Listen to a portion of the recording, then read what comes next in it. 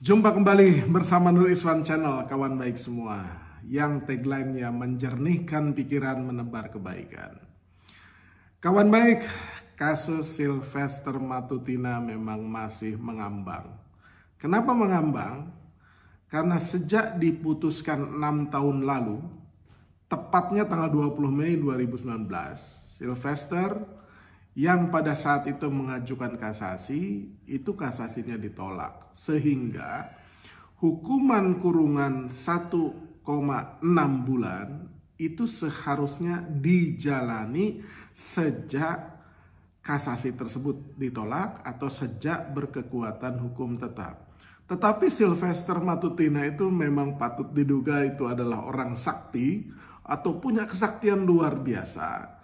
Sehingga setelah 6 tahun itu tak kunjung dieksekusi hukuman kurungannya itu atau pemenjaraannya tersebut.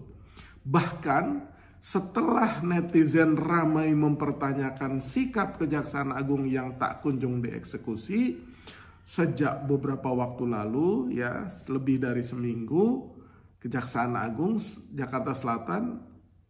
Kejaksaan Jakarta Selatan itu ya masih juga belum mengeksekusi.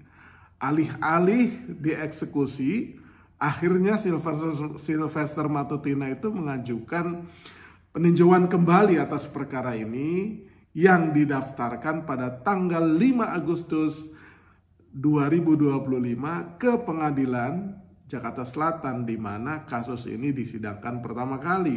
Biasanya memang mekanismenya seperti itu. Dan pemeriksaan pendahuluannya akan dilakukan pada tanggal 20 Agustus 2025. Pertanyaannya kemudian, ketika ada peninjauan kembali, apakah Sylvester bebas lenggang kakung di luar?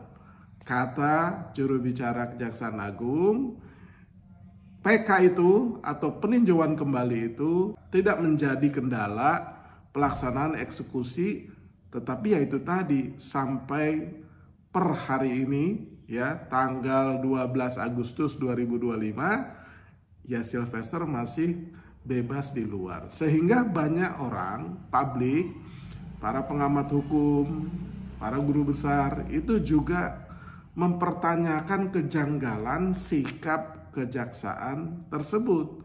Kenapa kok sudah berkekuatan hukum tetap tetapi tak kunjung ditahan? Sehingga dipertanyakan juga kewibawaan dari kejaksaan, karena semua orang itu kan sayang ya sama kejaksaan, sehingga wajar saja publik bersuara keras tentang sikap yang terus memperlambat penahanan atau pemenjaraan dari Sylvester Matutina ini. Sebagai kronologis, ya kan, Sylvester Matutina di konten sebelumnya kan sudah dibahas bahwa ia itu disidang karena ia digugat oleh Pak Yusuf Kalla karena dianggap memfitnah, ya kan, mengada-ngada sehingga mencemarkan nama baik Pak Yusuf Kalla, dan itu atas dasar desakan dari keluarga besar Pak JK yang merasa ya sudah berlebihan lah orasinya Sylvester Matutina pada tahun 2017, dan ya itu akhirnya disidang ya. Nah, kalau misalkan para pelaku atau para sarjana hukum, lawyer atau semua yang memiliki minat untuk memperhatikan kasus ini, dan biasanya itu melalui amar-amar putusannya. Nah, kita akan lihat bahwa nomor perkaranya kan, nah pada pengadilan tingkat pertama ya judek fakti itu nomor perkaranya adalah kasus Sylvester Matutina itu adalah nomor 100/B/2018/PN Jakarta Selatan. Jadi peristiwanya 2017 tapi kemudian mulai disidangkan di 2018. Nah, itu Pengadilan Negeri Jakarta Selatan. Jadi proses persidangannya ada di Jakarta Selatan. Kemudian itu vonis ya, kalau tidak salah 1 tahun kalau nggak salah, atau 1,5 bulan, saya lupa lagi. Nah itu kemudian Sylvester mengajukan banding. Nomor perkara bandingnya itu nomor 297/PID/2018/PT.DKI, artinya Pengadilan Tinggi DKI. Kan proses itu setelah tingkat pertama Pengadilan Negeri, tingkat kedua Pengadilan Tinggi, baru tingkat ketiga courtnya di Mahkamah Agung.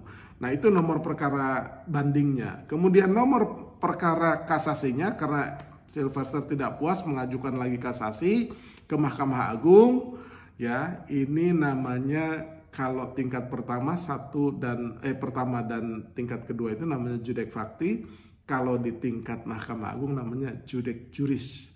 Jadi melihat kesesuaian, kira-kira kesesuaian proses pasal-pasal yang akan dilihat apakah memang proses hukum dan maupun pengenaan pasalnya itu sudah sesuai atau bertentangan atau bagaimana.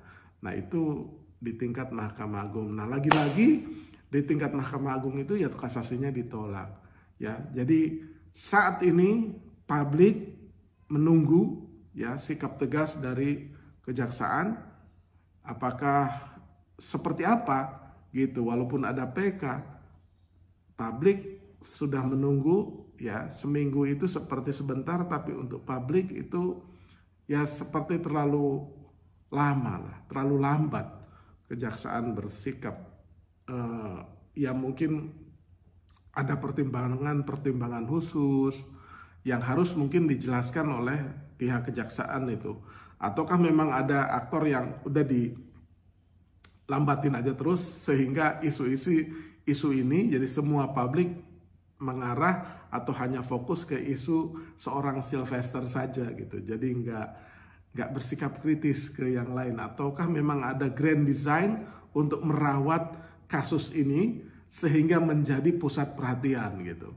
Dan akibatnya publik pusat perhatiannya tidak lagi ke kasus-kasus yang mungkin seharusnya menjadi perhatian lebih.